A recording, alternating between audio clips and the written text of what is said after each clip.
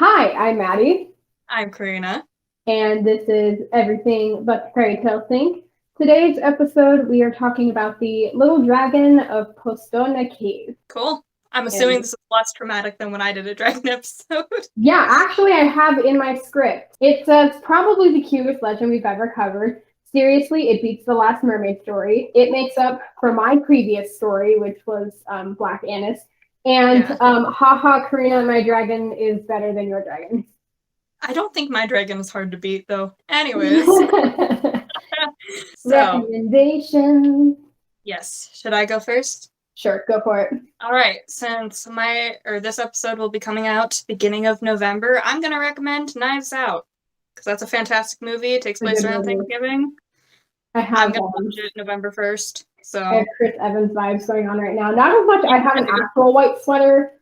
This one's like light gray. So, anyways, my recommendation. I had a recommendation, and of course, as soon as we start filming it, my rude. recommendation is the TV show Chicago Fire. It is about a firehouse in Chicago and all the drama that happens inside the house and then all the calls they go out on. And sometimes it crosses over into two other shows like in the same family. It's really good. My family and I watch it. So shall we get into it? Yes, we shall. All right. So I gave the disclaimer that it's not really a disclaimer, but I gave the bragging rights that my dragon is better than Karina's dragon. So anyways, this is a Slovenian legend, and long ago there were dragons that lived in the Postojna Cave system. So these dragons were malevolent dragons, and they terrorized the humans and nearby, in their settlements, and they breathed fire. So they were just bad news, right? So eventually, the river Pivka rose up and swallowed up all the dragons. It just, except for one, Jamie or Jamie, Jami. We'll go with Jamie. I was gonna say for the story, we'll go with Jamie. If I'm pronouncing it incorrectly, I'm sorry. Jamie was a little dragon, not large like his brethren, and he was kind and he was gentle. Baby. Wylan, you could learn something from that. He loved nature, especially flowers, and he really wanted to play with children, but they were afraid of him because of centuries of terrorization from the other dragons. So poor Jamie couldn't play with the children. That's really sad. I love Jamie, and of course this made Jamie sad. It makes me sad, poor Jamie. So because the humans were afraid of him, Jamie grew very lonely. That's really upsetting. It is really upsetting. One day, though, a beetle offered to be his friend. The beetle then whistled 3 times, and all sorts of beetles, snails, spiders, all kinds of creatures, they came out of hiding. And Jamie was amazed. He was like, wow, all these creatures want to be friends with me. So after gaining Jamie's trust, his friends asked for help. Now, you're wondering what could beetles and whatnot want with spiders? Not with spiders, with dragons. What could a dragon do for like beetles and spiders and everything? Sorry, just for like eating a chair arm. Anyways, I was just sleeping on my roommate's bed.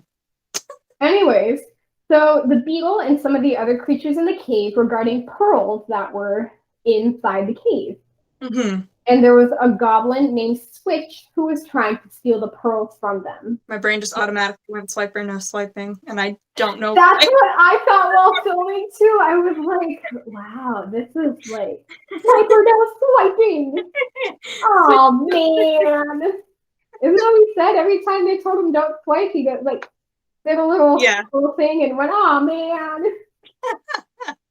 Wow, look at us referencing Dora. You know what? It's fine. It was a core childhood. It was. It really was. Anyways, so Jamie said he'd be glad to help guard the pearls from Switch. Now, apparently, these dragons were very loud snorers. I don't know how or why. But anyways, these dragons were very loud snorers.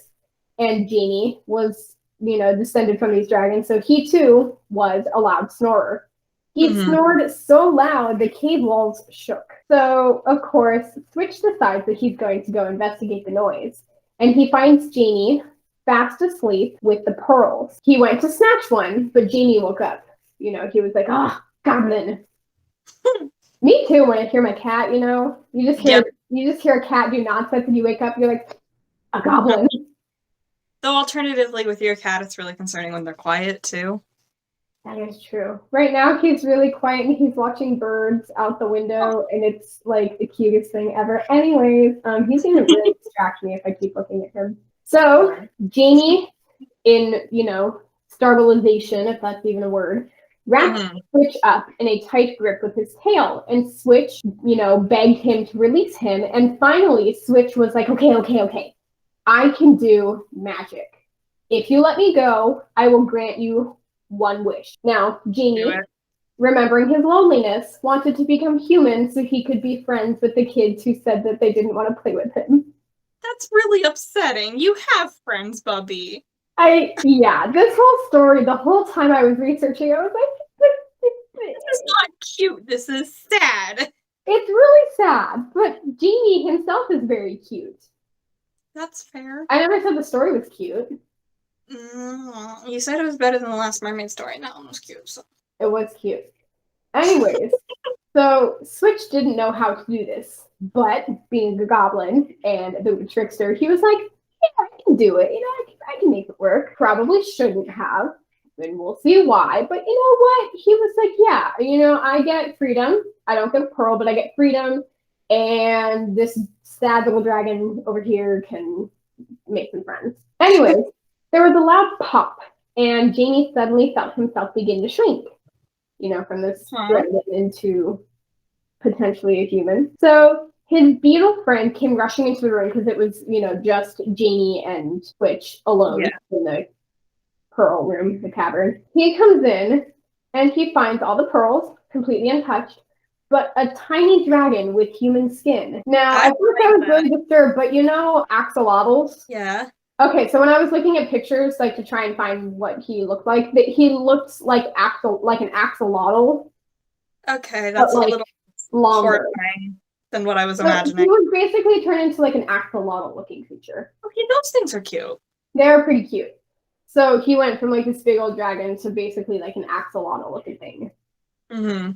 Anyways, this sealed Jamie's destiny to forever live in a cave with all his friends and guard the pearl. So he did not, in the end, get to become human, but he still had friends. So he was able to stay with those friends. Aww. So as for Switch, he just vanished. He was gone. He was like, I did my job. I did what you asked me to do. I'm out. He bounced. He was done. So it is said that from time to time, people can hear a faint swishing sound, and in the distance, that is Switch jumping from stalagmite to stalagmite. Interesting. So he just ran off into the night and left poor Jamie to, I guess not poor Jamie because he had friends, but he left Jamie in this dragony human state forever. Well, yes. I have incredibly mixed feelings about how that story ended, but I'm glad that he got to hang out with his I'm glad that he got his friends in the end, Yeah. Anyway, so that was all for the story. A little bit short and sweet and adorable, in my opinion. So yeah, it was pretty cute. It's just when I was researching it, made me so sad that he so badly wanted human friends, and they were like scared of him. Okay, humans suck. They do. Jamie, you can do better than us. It's fine. He had beetles, and he was like, his beetle friends and spider friends and water snail friends, they were all kind to him. So yeah, and you have pearls. Isn't that what matters deep down? Yeah. So, Maddie, I have an important question. What is your important question? Can you even get your important question out? Okay. Out of the three of us, you, me, and our friend Amanda, who's been on the show before, which one of us is the tiny dragon and which ones of us are the beetles? I would say Amanda and I are the beetles because we kind of usurped you into our, not usurped, but we kind of absorbed you into our friendship. That's fair. So I'm the baby dragon. You're the baby human axolotl looking thing. I'm so flattered. You're the axolotl looking thing. Cool. I'm the right color, sort of.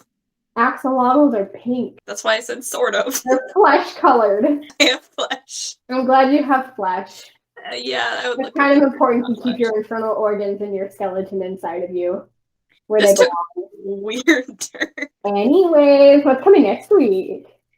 up next week, we are talking about were-hyenas, which are not exactly what you would think. I remember you briefly mentioning them in the werewolves episode way back in the olden days at the beginning of this. Yes. But yeah, this is a nice little wholesome start. Yes. Our next episode is not going to be wholesome. And it's, I picked this story because it was a good, it was good coming off of all our extra spooky Halloween stuff. Yeah. So, nice little pure break. Yeah. Although the Halloween Stories episode isn't too traumatizing, so. Speak for yourself. Some parts of it. Hi. Traumatizing in a not scary way for me. Yeah. Exactly. Anyways, wishes. Oh, let me pull mine up because I wrote it in advance. Wow, look at you being so prepared. I don't have no wish written down or prepared. Dude, why are you trying to hit the stabbing thing? Oh, I forgot how wholesome my wish is. It fits in this episode besides you and I talking about flesh. Oops. My wish for you. We're talking about how good it is that humans have flesh. Yeah. Anyways, my wish, you go first. Okay, my wish is that when you are making yourself tea or coffee or anything that has to steep, or brew, you don't over brew it or over steep it and the flavor becomes too strong and you can't drink it. That's a good one. Okay, my wish is that next time you find a lucky penny, it actually does its job and you have a really nice day. Wouldn't that be nice? Hi, buddy. No, I'm not string lights.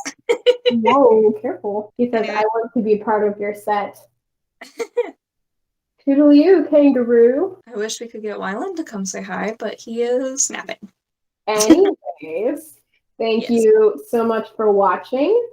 Please like this video, subscribe to the channel. If we hit 50 followers on Instagram, which we've already done, and 50 subscribers on YouTube. Words are hard, and I really should write this outro down, but who cares? You do it every time. Yes. If we hit 50... Oh, no.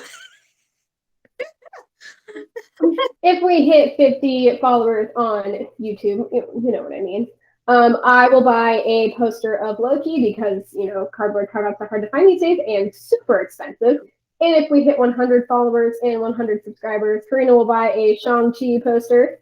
And if we hit 1,000 on each, my stepdad Steve will pretend to milk the plastic cow at Hagen. Website, I don't know what's up with it. Eventually. TikTok, I keep telling TikTok is up. On it. It is up.